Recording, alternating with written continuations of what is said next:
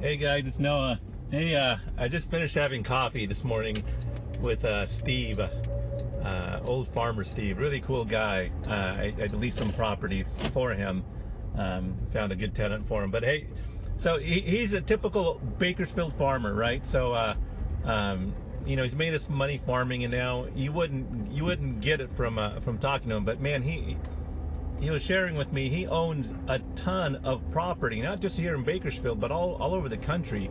It's really quite amazing. He owns, like, he doesn't own the bank, but he owns the properties that the banks are in, that Carl's Jr.'s are in, that Walgreens are in. I think he owns several Walgreens buildings.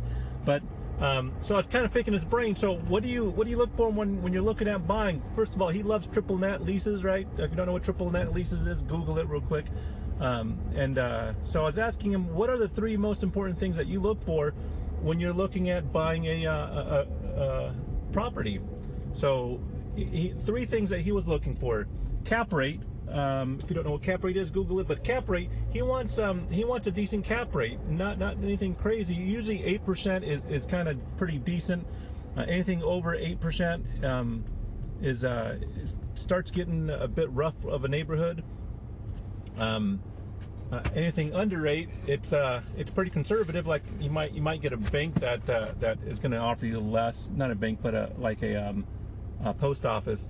But so his primary concern is cap rate, decent cap rate. He's like looking at maybe 6 to 7% cap rate. Next, he's looking at location. So he wants something that's going to be in an excellent location. He loves, like, Walgreens, because Walgreens is always looking for excellent locations, and they're willing to pay top dollar for the best locations. So location of your building should be really good, something that's going to appreciate in value, or it's nice and stable. Like, he loves buying properties across the street from a high school or a college, anything like that, where that location is just ideal. Okay, so cap rate, location.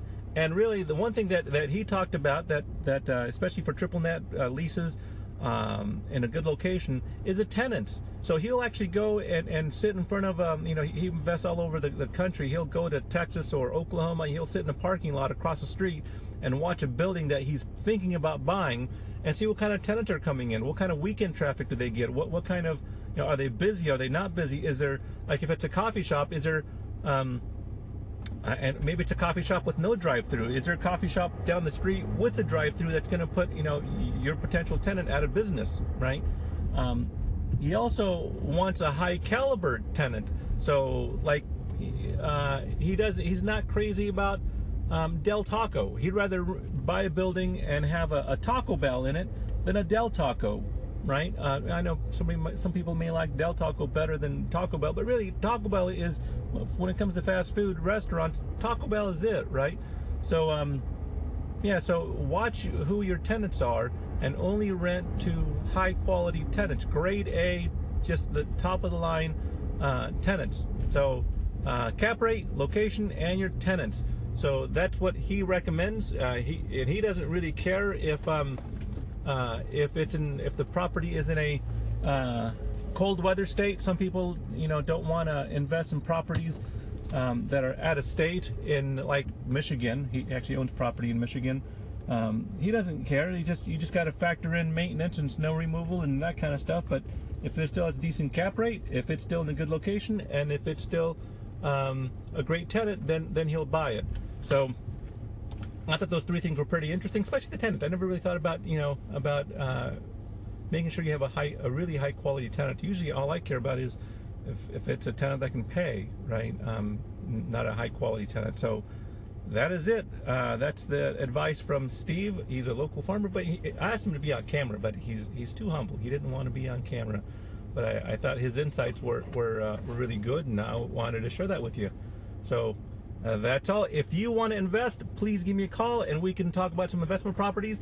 I have a lot of cool tools that I use when I'm looking for investments for myself. Of course, my formulas that I use don't calculate for I do cap rates. They don't take in consideration location or the quality of tenant. And I'm not sure how I can incorporate that, because that's kind of subjective, right? What's a good location, and what is Taco Bell obviously is a great tenant, but how do you quantify that in an Excel spreadsheet? But other than that, if you know of a property that you're thinking about investing in and you want me to run some numbers for you, or better yet, let me teach you how to run some numbers and see if it meets your objectives, right? So let me know. Appreciate it. Thanks. Bye.